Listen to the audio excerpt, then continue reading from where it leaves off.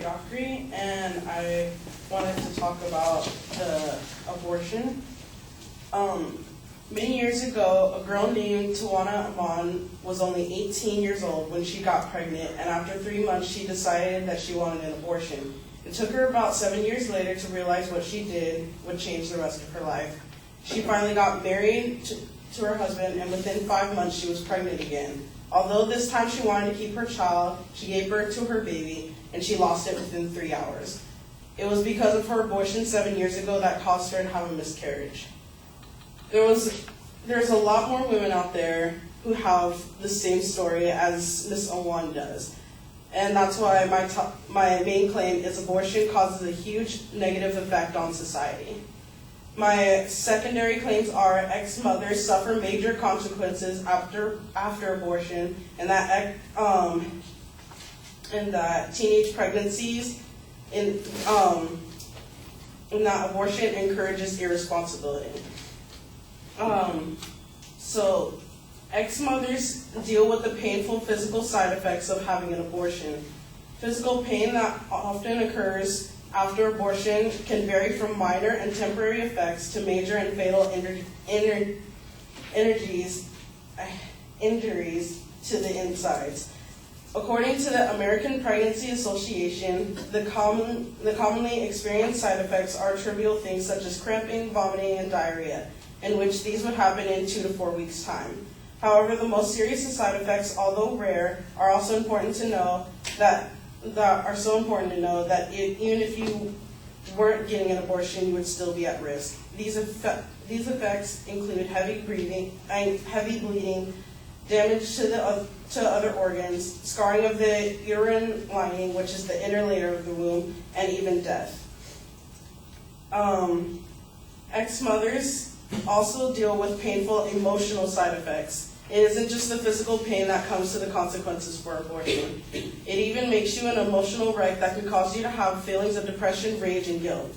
These feelings can make a woman become out of character or even worse, becoming suicidal. Such as this woman named Michelle Ann Jenkins, who said, "I would end up sobbing in a corner, feeling that I was going crazy. It accumulated one evening when I tried to cut my wrist with a broken plate. This desperate act scared me into getting help." And then my next claim is abortion encourages irresponsibility, most of them to teenagers. Teenage pregnancies in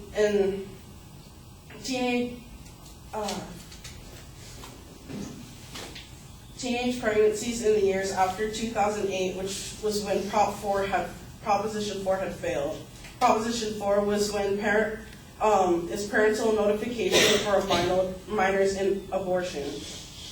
Since that failed, more teenagers have been getting more abortions than their previous years. In 2008 alone, about 1.21 million abortions were performed by women between the ages 15 to 44 in the United States. Within this amount, 18% of these women were teens, ages 15 to 19. Only teens aged 18 to 19 alone have 11%. This information has been gathered by Rachel K. Jones and Catherine Krista and put in their book called Perspectives on Sexual and Reproductive Health. Since then, around 1.4 million abortions have been accounted for each year in the United States, and instead of 18%, 22% of teens 15 to 19 have had an abortion. And that's it.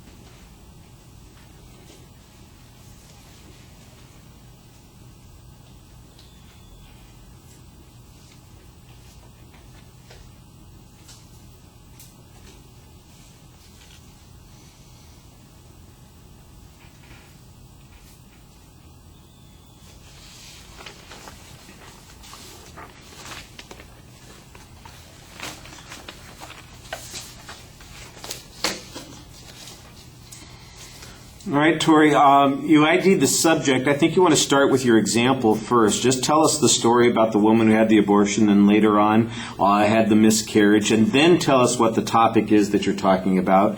That's the way the inattention device will work more effectively. If you tell us, here's our topic, we don't even get a chance to be sucked in before we know whether or not we want to listen to it. So you want to give us the story. That's the hook that's going on. I think you have a clearly stated proposition, so that part's good. There is a preview of the supporting material. The problem is that it all runs together. You tell us what the first point's going to be, and then the other points, I couldn't tell if they were second parts of the same sentence or if they were distinct points. You didn't have numerical signposts on them when you presented them. I think I figured out what they were, but it needs to be a lot clearer when you're presenting to the audience here. Obviously, there's controversy on the subject. What you need to do is do a little bit more summarizing at times, kind of explaining to the audience what the point is that you're trying to make. So on the first point, you've got, like I said, a couple of good examples, and there's some factual data about the risks.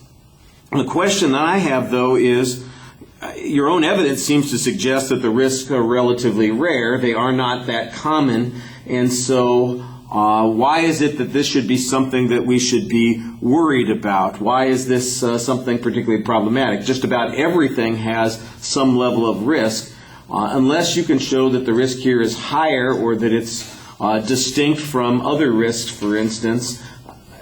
I don't even have a way of comparing, for instance, giving childbirth. Could a woman who gives childbirth, who has a child, suffer the same kinds of consequences that you're talking about, for instance, of the miscarriages and those sorts of things, or intrauterine bleeding, or some of the other things that you mentioned? I don't get any comparative data on that, and if you want to show that this is a risk, then we have to have some way of measuring that risk. I think your second point is that there are emotional harms here. You basically have one example that you use to illustrate that point, and it's a nice example. There's some good detail to it. The woman tells her story, but I have no idea how typical this is either. How many women, you mentioned that there are 1.5 million abortions each year, that the number's been going up. Well, out of that 1.5 million people, how many of them have been emotionally damaged? How many of them have these feelings of sorrow that this one woman mentions? Are most of the women who have these abortions, do they have feelings of relief? I don't have any way of making an inference about whether there's an argument here. What the data that you've got is fine, but remember you're trying to make an inference from this data, and so you're going to need some extra information to back it up.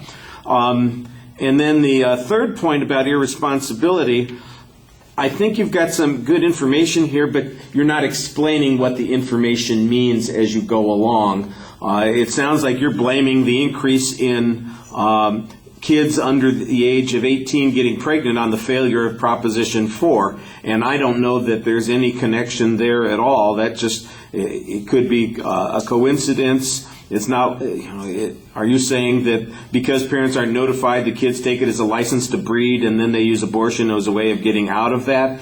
The evidence that you have basically suggests that the trend continues, that abortions continue to grow, and they continue to grow in this particular population. But you need to show that it is growing because it is accepted, because people are unaware of these consequences or something like that. And I don't get any reason to believe that that's the case. All right, thank you.